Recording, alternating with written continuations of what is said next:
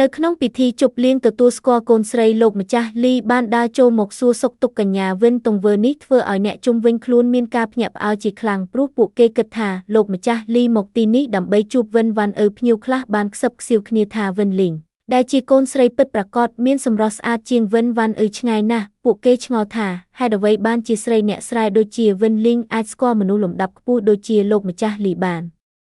វិនវ៉ាន់បានព្យាយាមចូលទៅអែបអបហើយប្រាប់លោកម្ចាស់លីថាគាត់ប្រហែលជាច្រឡំមនុស្សហើយព្រោះនាងគឺជាអ្នកផ្ញើធៀបអញ្ជើញនាងបានបង្កាច់បង្ខូចវិនលីងថាជាមនុស្សគ្មានការអប់រំនិងបានជាស្រាក្រហមដាក់នាងទៀតផង